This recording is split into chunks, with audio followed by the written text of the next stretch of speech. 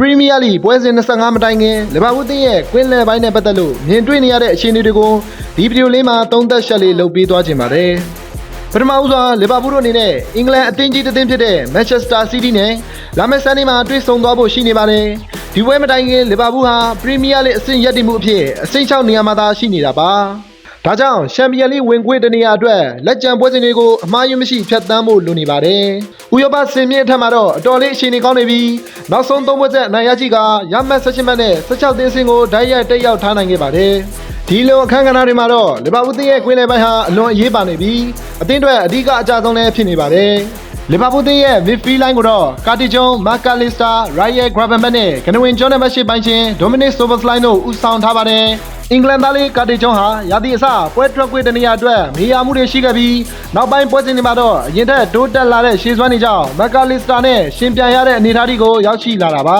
။ဒီပြကြီးရာခံကလော့လက်ထက်အသင်းထံရောက်ရှိလာတဲ့မာကာဟာပြီးခဲ့တဲ့နှစ်စလော့လက်အောက်ချန်ပီယံခီးလန်အတွင်းပရီးမီးယားလိရဲ့အကောင်းဆုံးကွင်းလယ်ကစားသမားတစ်ဦးလည်းဖြစ်ခဲ့ပါတယ်။ဒါပေမဲ့ဒီရာသီအသင်းရဲ့ရုန်းကန်နေရတဲ့အခြေအနေတွေမှာ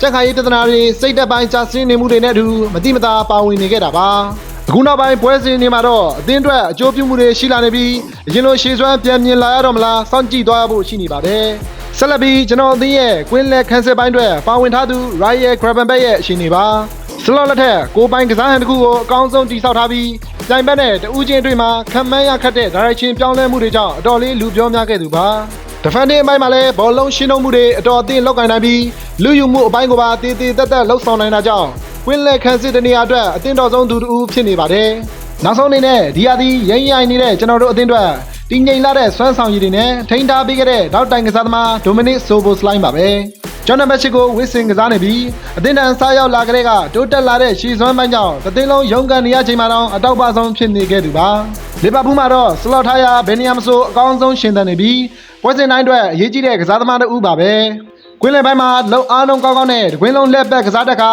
တိုက်စစ်လိုက်ပါမှုအင်မတန်အားကောင်းတာကြောင့်ကွင်းကိုတဲ့ဂိုးဖန်တီးမှုများကိုလည်းမကြပြုလုပ်တတ်ပါသေးတယ်။အလွတ်တဲ့ကံဘောတွေနဲ့ပြိုင်ဘက်ကိုရှိန်ရှောင်းနိုင်စွမ်းရှိပြီးလိုအပ်နေရင်ခံစစ်ပိုင်းကိုပါကူပေးနိုင်သူပါ။ဒီလိုအဖက်ဖက်ကပြည့်စုံနေတဲ့ကစားသမားကျွန်တော်အသင်းမှာရှိနေတာဟာအားသာချက်တစ်ခုဖြစ်ပြီးဒီအချက်ကြောင့်ပဲဘယ်ပြိုင်ဘက်ကိုမဆိုအကောင်းဆုံးရှင်ပြိုင်ကစားနိုင်နေခဲ့တာပါ။နောက်လာမယ့်ပွဲစဉ်တွေအတွင်းကွင်းလယ်ပိုင်းမှာလီဗာပူးတို့အသာစီးယူကစားပြနိုင်အောင်မလားဘယ်ကစားသမားတွေကရောရှေ့စွမ်းပြနိုင်အောင်မလဲဆက်ပြီးစောင့်ကြည့်ကြရအောင်ဗျာ